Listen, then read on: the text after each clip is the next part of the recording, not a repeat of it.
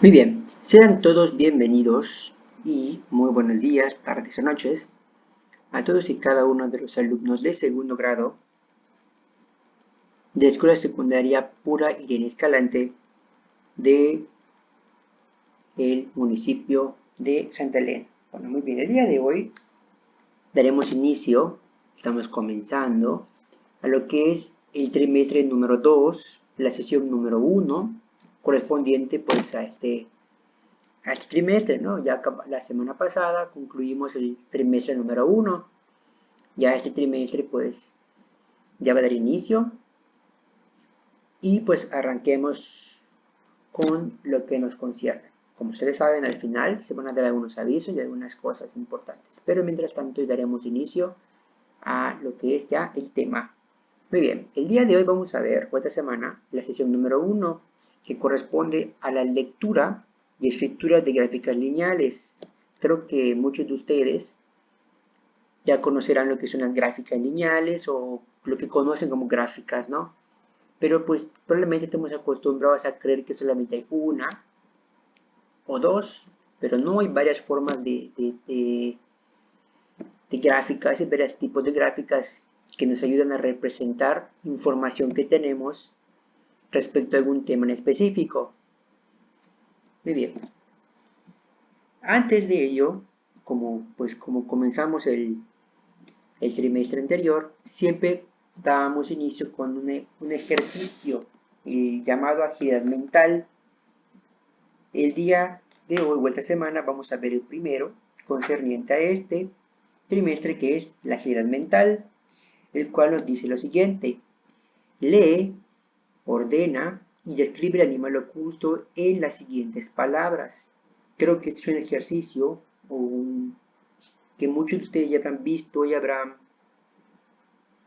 escuchado, que es unas palabras que dicen una oración, obviamente, o una palabra más que nada, no una oración, una palabra, y que dentro de sus letras, si las reorganizamos, se obtiene un animal o otro mensaje oculto. En este caso tenemos el roto, si ustedes lo ordenan, pues va a surgir un animal. Tenemos toga, cava, prore, lígaro, rubor, tribuno y neurálgica. Tenemos aquí 8 palabras que ustedes van a reorganizar cada una y van a descubrir qué animal se oculta en las palabras. Y aquí tenemos un ejemplo. Tenemos dos ejemplos que dicen notar y bolo. Si yo los ordeno, si yo analizo, encuentro que el primero, el que dice notar, es ratón, mientras que el segundo, que dice bolo, es lobo. ¿Se dan cuenta? Fue lo que tienen que hacer, reorganizar las letras y buscar el animal oculto. Ellos lo tienen que pues, hacer en su libreta, van a pensar, van a analizar y van a buscar los animales ocultos. Muy bien, ahora vamos a darle inicio a lo que es el tema, que dice así: conceptos que nos van a ayudar. Como ustedes saben, siempre comenzamos con conceptos o vemos conceptos que nos ayudan a entender mejor el tema, porque generalmente, pues si queremos hacer algo que desconocemos, tenemos que saber qué había antes o tenemos que conocer conceptos que nos ayuden a entender lo que estamos a punto de realizar. Es como cuando queremos aprender a andar en bicicleta por ley o por orden. ¿Qué es lo primero que debemos hacer? Pues entender que al subirnos a una bicicleta hay que pedalear para que ella avance y no nos caigamos.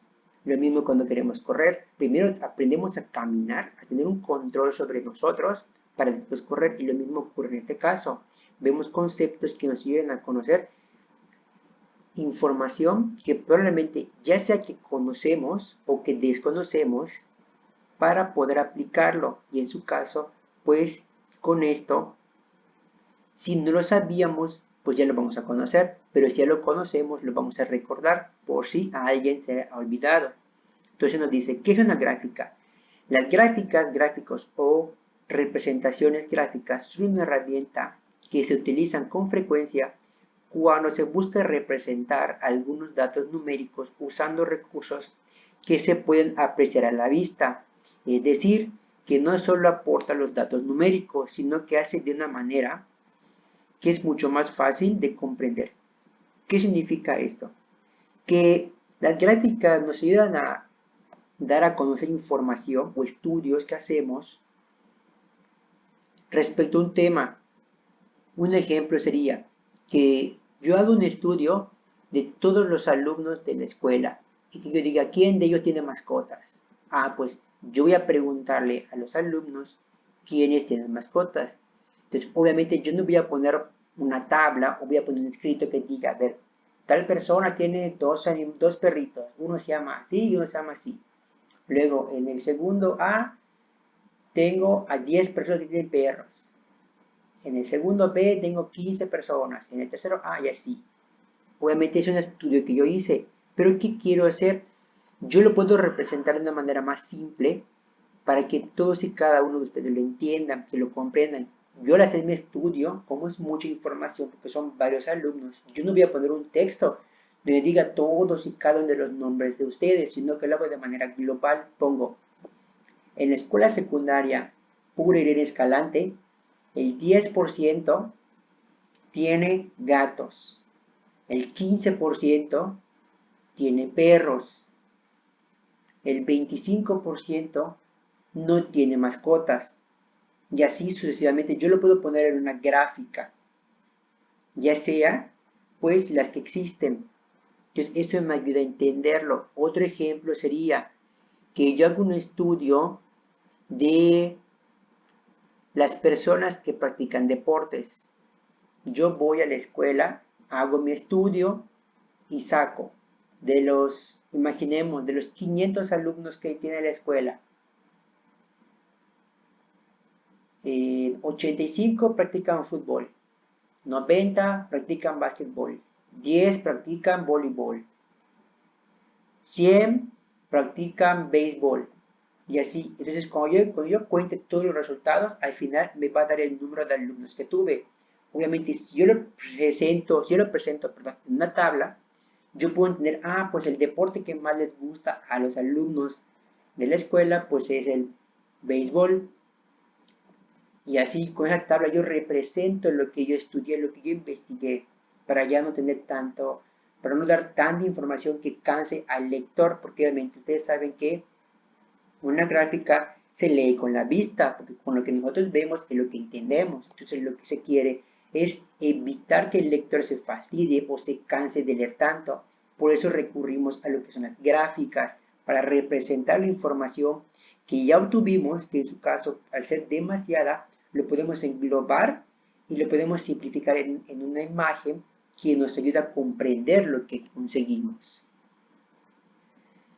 Muy bien, entonces vamos a conocer las características que tienen las gráficas. Generalmente, las gráficas, de una manera básica, comparten ciertas características, las cuales en todas las gráficas se utilizan formas proporcionadas para representar los diferentes datos.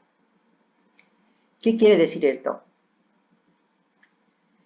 Que, como ustedes saben, existen gráficas de barras, como la que tenemos en la imagen, pero también existen gráficas de pastel, y existen unas gráficas que probablemente ustedes no hayan escuchado, que son las de pictograma, son las llamadas igual histogramas de frecuencia, el polígono de frecuencia. Entonces, todos ellos comparten, o más que nada, al momento de elegir una de ellas, la forma o lo que utilizamos para representar un dato tiene una forma geométrica igual en cada una de ellas. Por ejemplo, la gráfica de barras, pues como su mismo nombre lo dice, utiliza barras para representar lo que tenemos.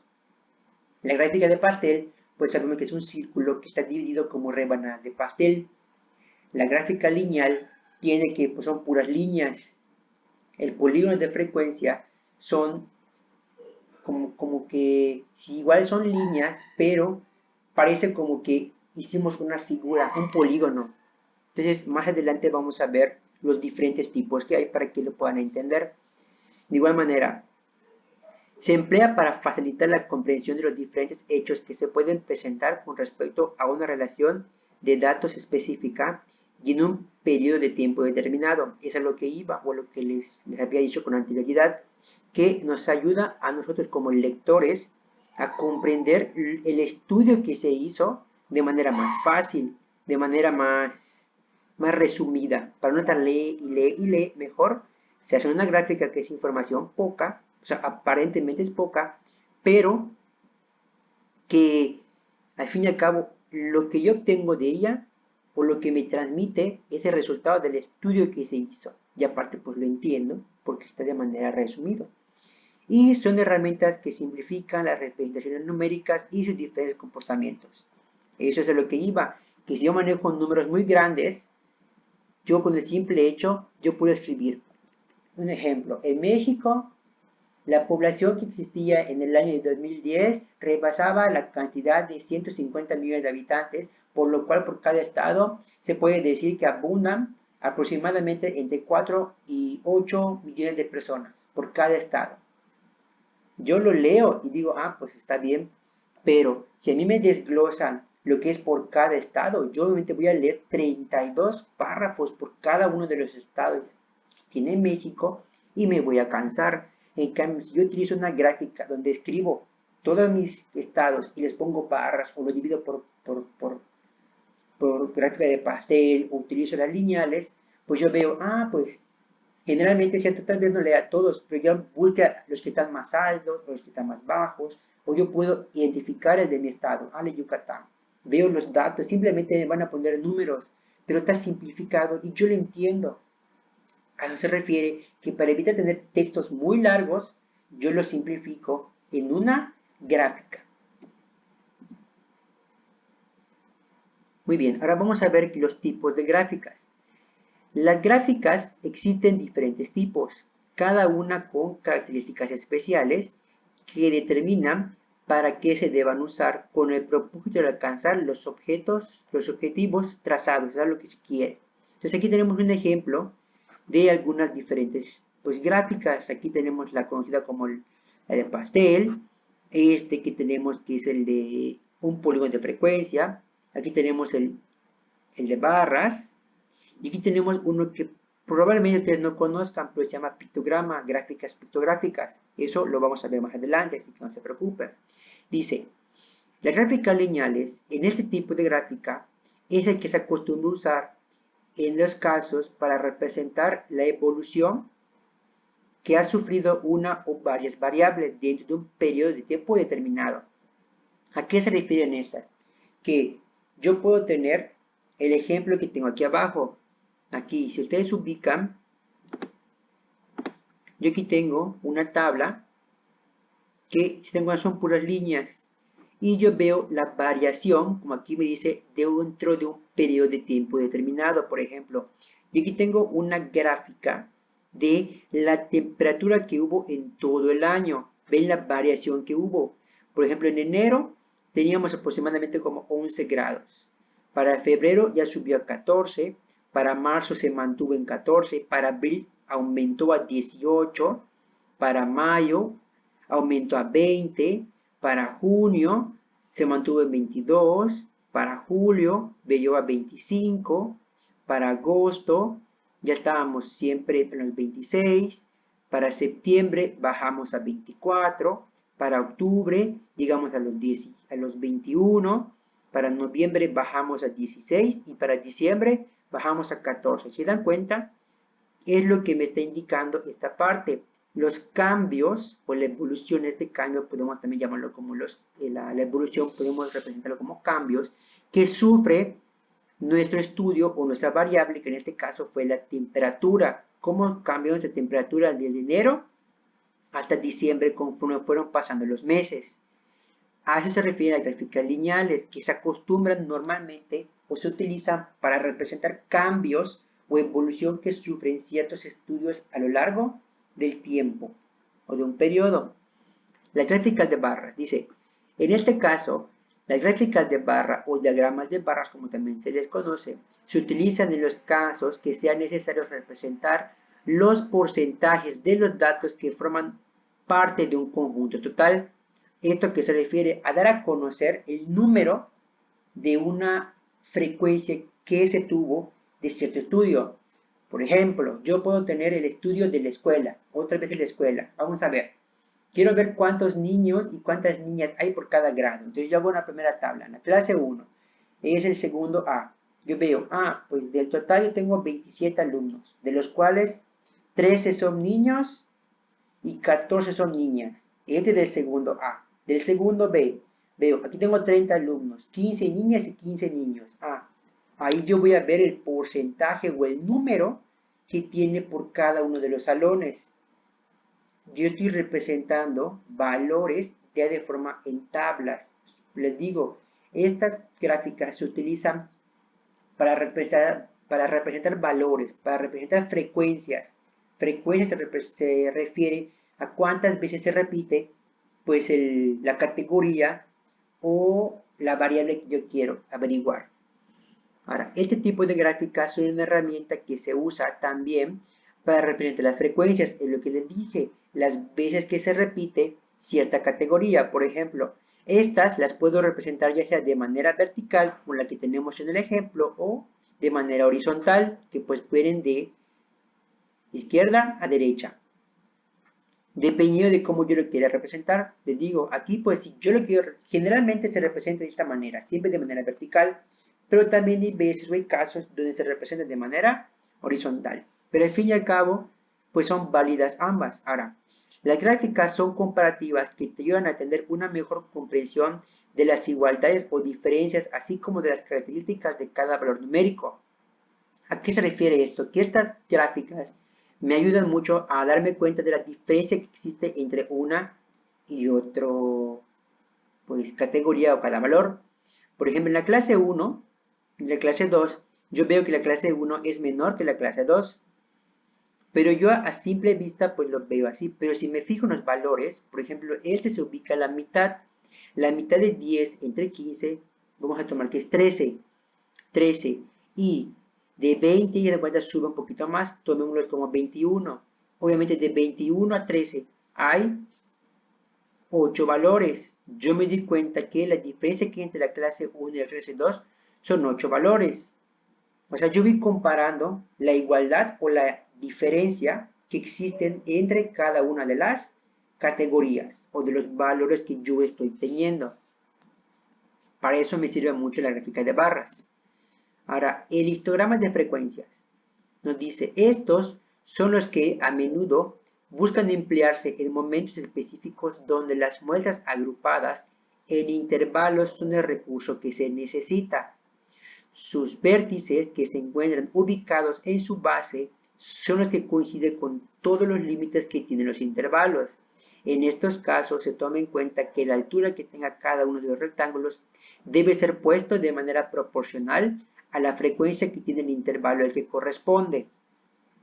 Sé que suena confuso, pero este tipo de gráficas se utiliza mucho en la probabilidad y estadística, mayormente en la estadística. ¿A qué se refiere este? Que si dan cuenta es muy parecido a el de barras, pero aquí, ¿qué es lo que lo diferencia o me ayuda un poquito más a distinguir uno de otro? Que en el histograma de frecuencias generalmente se utiliza para datos agrupados. ¿Datos agrupados de qué tipo? Que yo tengo límites o ciertos valores que van de un inicio a un fin. Por ejemplo, yo tengo que calcular la edad de todas las personas que hay en la escuela. Todos, tomando alumnos, maestros, intendentes, padres de familia si es que hay ese día, de todos. Entonces yo manejo mis intervalos. Mi primer intervalo va a ser de 12 a 14. Entonces voy a ver cuántas personas hay en la escuela que tengan de 12 a 14 años. Ese es mi primer intervalo. Obviamente todas las personas que tengan esa edad o estén en el rango de esa edad 12, 13 y 14, yo les voy a agrupar en este intervalo. Mi segundo intervalo de 15 a 17. Entonces todas las personas que tengan de 15 a 17 van en ese intervalo. Siguiente intervalo, de 18 a 20. Todas las personas que estén en la escuela que tengan de 18 a 20 van en ese intervalo. Entonces, Una vez que yo tenga todos mis datos, una vez que yo haya llenado todos mis intervalos y haya encontrado todos mis valores, ¿qué voy a hacer? Voy a hacer ahora mis histogramas de frecuencia, que es poner los rangos o los intervalos que tengo y las veces que se repite. Por eso dice frecuencias. Frecuencias, recuérdenlo, se refiere a veces que se repite o repeticiones. A eso se refiere. Las frecuencias son las veces que se repite.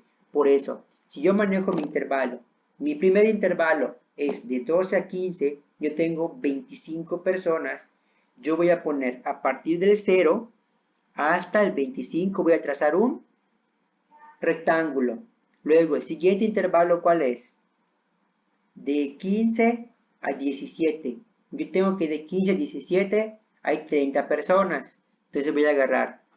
Obviamente en este histograma que tengo aquí en el ejemplo no llega a 30. Pero obviamente yo lo voy a dibujar y voy del 0 al 30 y dibujo yo mi barra. Y así sucesivamente voy llenando mi histograma de frecuencias. Ahora, en estos casos se toma en cuenta que la altura que tenga cada uno de los rectángulos debe ser puesta de manera proporcional a la frecuencia. ¿A qué se refiere? A que cuando yo haga mi histograma, yo tengo que ver que la frecuencia siempre se encuentre en el mismo valor de mi intervalo. Es decir, cuando yo lo trace, tienen que estar al mismo nivel. Esto igual me va a ayudar a diferenciar o entender cuando utilizo un intervalo y cuando utilizo, no cuando utilizo un intervalo, cuando utilizo un histograma de cuando utilizo una gráfica de barras.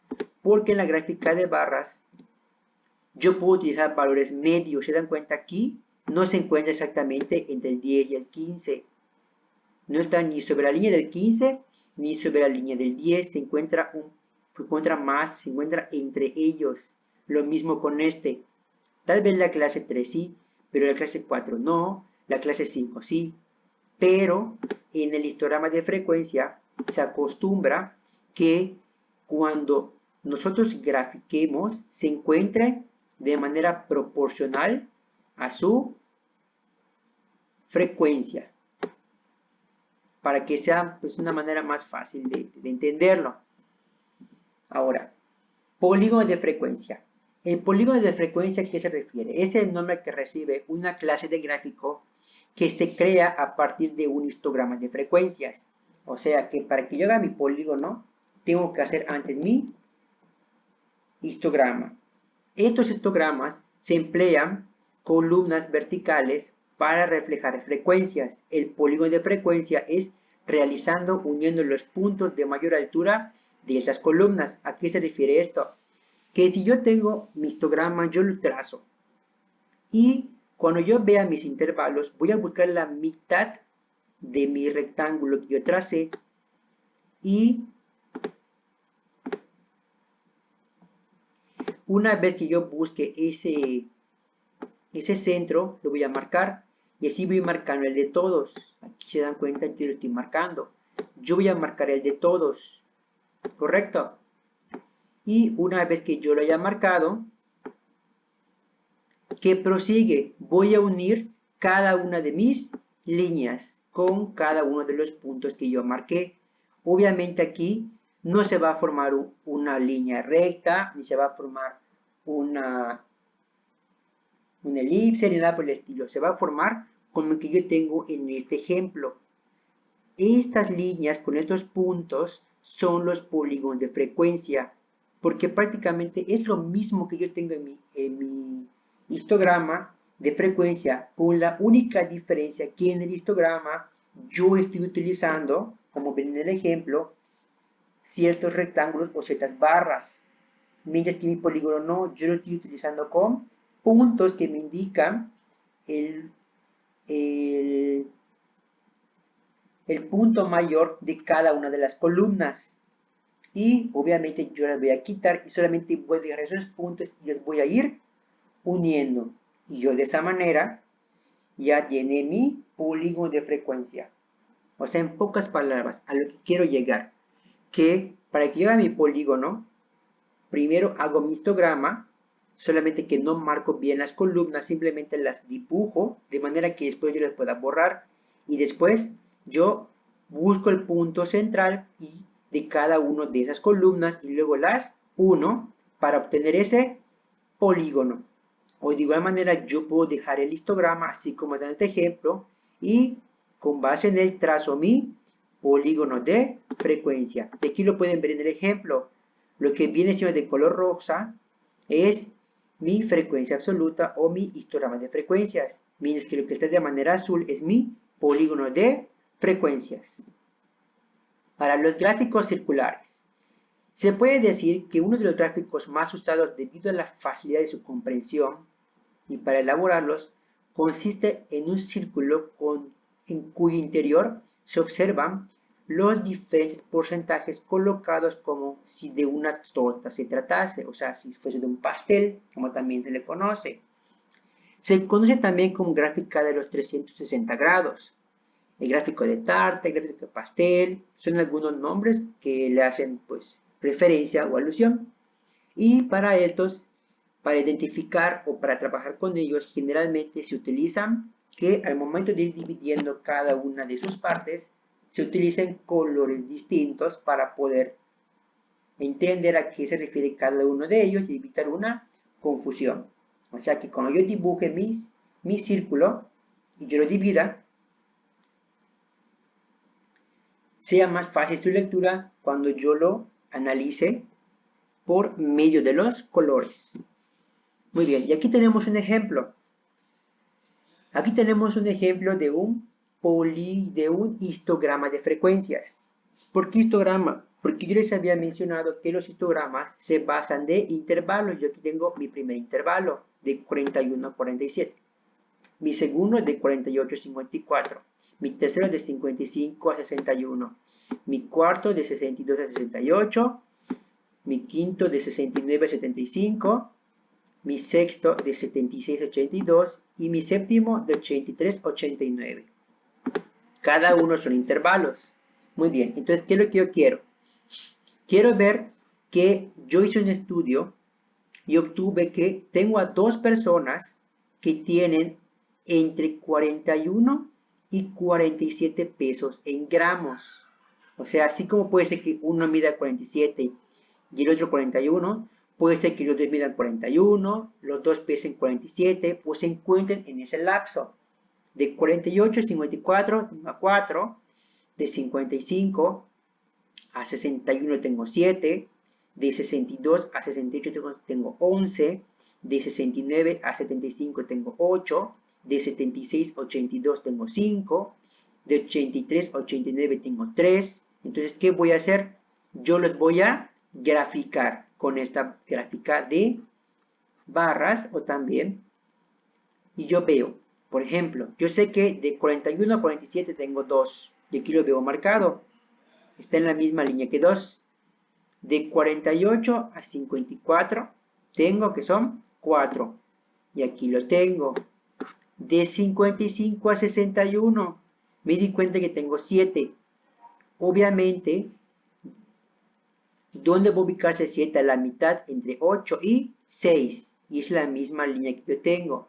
Luego, de 62 a 68 yo tengo 11. Y así sucesivamente.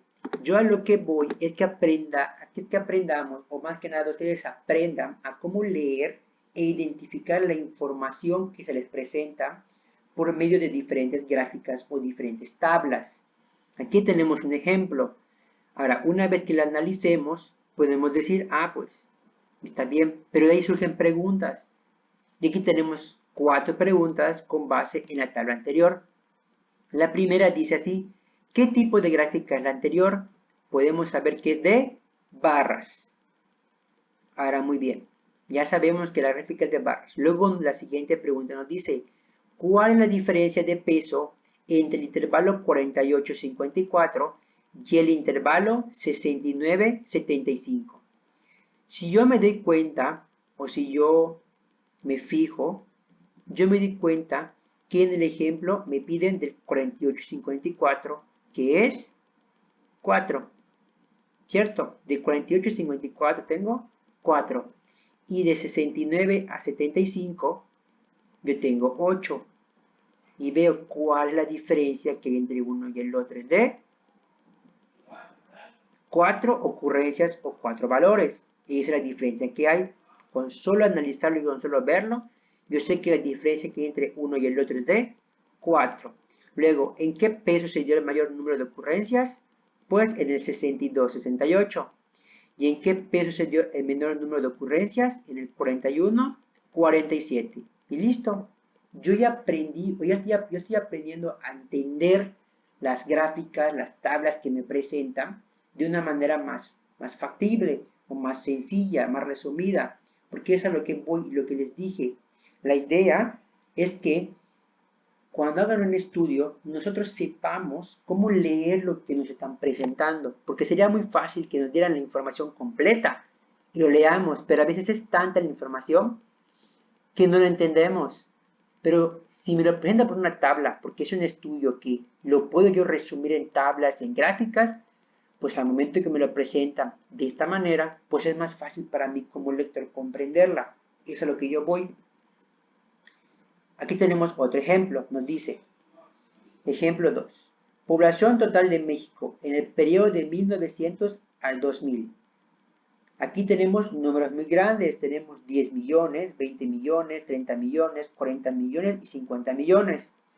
¿Por qué? Porque aquí me está diciendo que la población está en base a millones. Y me dice que de 1900 al 2000 hubo variaciones. Entonces me dice, ¿en cuántos millones aumentó del año 1900, o sea, el de aquí, al año 1920? De aquí a aquí, ¿cuánto aumentó? Si nos damos cuenta al principio, yo tengo 16 millones de personas y para 1920 yo ya había aumentado a 21.000 personas, 21 millones de personas. Entonces, ¿cuál es mi diferencia que hay allá? Yo lo puedo representar de esta manera o lo puedo escribir. De 16 pasamos a 21 millones o lo puedo escribir como que fueron 5 millones. O sea, de 1920 a 1900, no, a 1900 hubo un aumento de 5 millones de personas. Segunda pregunta, ¿en qué año se tuvo una mayor población? Pues según el estudio, como fue todo un aumento, para el 2000 ya teníamos más de 50 millones de personas viviendo, por lo cual el año en el que hubo una mayor población fue en el año 2000. ¿Y en qué año se tuvo una menor población? Pues en 1900. Puede ser que mucho antes, en 1890 o 1899 o 1700, pudieron haber menos personas, pero como este estudio comenzó de 1900 a 2000, pues solamente ese lapso o esos años voy a considerar. Por eso el de menor población fue el de 1900. Ahora, ¿el crecimiento al paso de los años ha sido proporcional o no? ¿Y por qué? Obviamente aquí ustedes tendrán que analizar. Yo veo, sí, hubo un crecimiento, pero ¿es proporcional?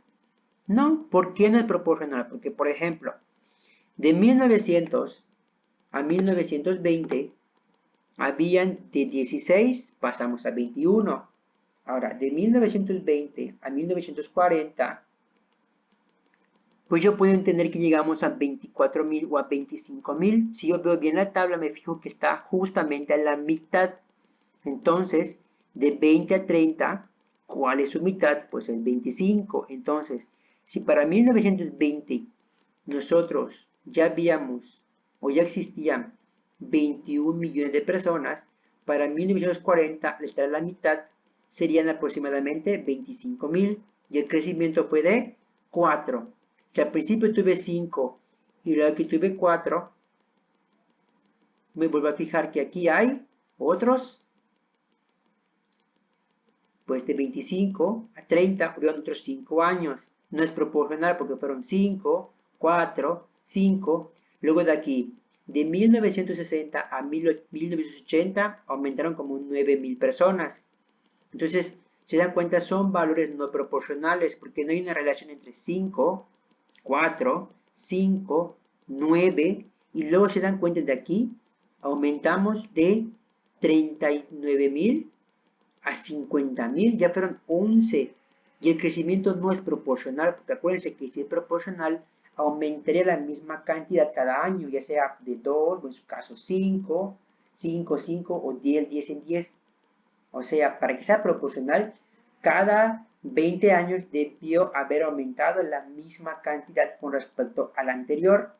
Es decir, si de 1900 a 1920 el crecimiento fue de 5.000 personas, de 1920 a 1940 debió aumentar otros 5. De 1940 a 1960 debió aumentar otros 5. O si lo vemos de manera proporcional, hubiera aumentado de 5, luego 10, luego 20, luego 40, porque obviamente por cada 20 años va aumentando el doble que el anterior. Ahí sí sería proporcional, pero en este caso no lo fue. Y para que se den cuenta, como de una pequeña tabla se puede obtener, o una pequeña gráfica, que esta gráfica pues es lineal, como de esta gráfica lineal se pudo obtener mucha información, a pesar de que solamente son cuatro preguntitas que no parecen muy difíciles, pero tienen su análisis. Se tuvo que pensar para ver qué se hizo, sobre todo en la última. La última pregunta lo tuvimos que analizar, tuvimos que recordar, tuvimos que ver los cambios que hubieron. Yo a eso me refiero, a que ustedes aprendan a leer estas tablas, a estas gráficas, que cuando las vean, pues a ustedes mismos se surjan o vengan preguntas que, pues, ¿cómo será esto? O según dado caso, ustedes les ponen esas gráficas, les ponen las preguntas, ustedes las resuelvan sin problemas porque ya se acostumbraron a ese análisis. Y aquí tenemos una más, nos dice, ejemplo número 3, grafica la siguiente tabla por medio de un histograma y un polígono de frecuencia. Ya le habíamos visto a qué se refiere cada uno, y aquí tenemos una tabla. Los platos preferidos, por ejemplo, el plato, tenemos arroz con pollo, mole en pollo, empanizado, panucho, relleno negro y chilaquiles. Y la frecuencia es que del estudio o de las personas que se entrevistó o se le preguntó, 200 les gustó el arroz con pollo, a 300 el mole, a 500 el empanizado, a 100 los panuchos, a 300 el relleno negro y 800 o los chilaquiles. Ahora, pues muy fácil, lo que tengo que hacer es saber, si yo sé que el número más grande fueron 800, me voy a acoplar de 100 valores más, pues, para que yo tenga una referencia. De aquí lo grafico. En la parte de abajo yo pongo todos los platillos que yo tenía para, escoger, o los que se ponían en el estudio, y yo pongo aquí de manera vertical el número de personas que se entrevistaron. Entonces veo, mi arroz con pollo yo sé que lo quisieron 200 personas. El mole en pollo les gustó a 300 personas. El empanizado a 500, los panuchos a 100, el relleno negro a 300 y los chilaquiles a 800. Y aquí es donde les digo por qué es un histograma. Porque en el nivel que se encuentra la frecuencia es el mismo nivel que se encuentra mi categoría o mi opción. El arroz con pollo se ubica exactamente al mismo nivel que las 200 personas. El mole en pollo se ubica al mismo nivel que 300. El empanizado se encuentra al mismo nivel que 500 en frecuencia. Entonces es ahí donde vemos cuando es el histograma de frecuencias. Ahora, yo ya pasé lo que tenía en mi tabla, esta tabla, ya lo pasé a esta gráfica de barras, o también llamada el histograma. Yo aquí identifiqué que es un histograma. Ahora, ¿qué voy a hacer? Voy a trazar mi polígono de frecuencia, y como les dije, lo que se va a hacer es trazar, o se va a buscar el punto medio de cada una de las barras, o de las columnas que tenemos aquí. Y una vez que yo trace cada una de ellas, lo que resta por hacer es trazar las líneas.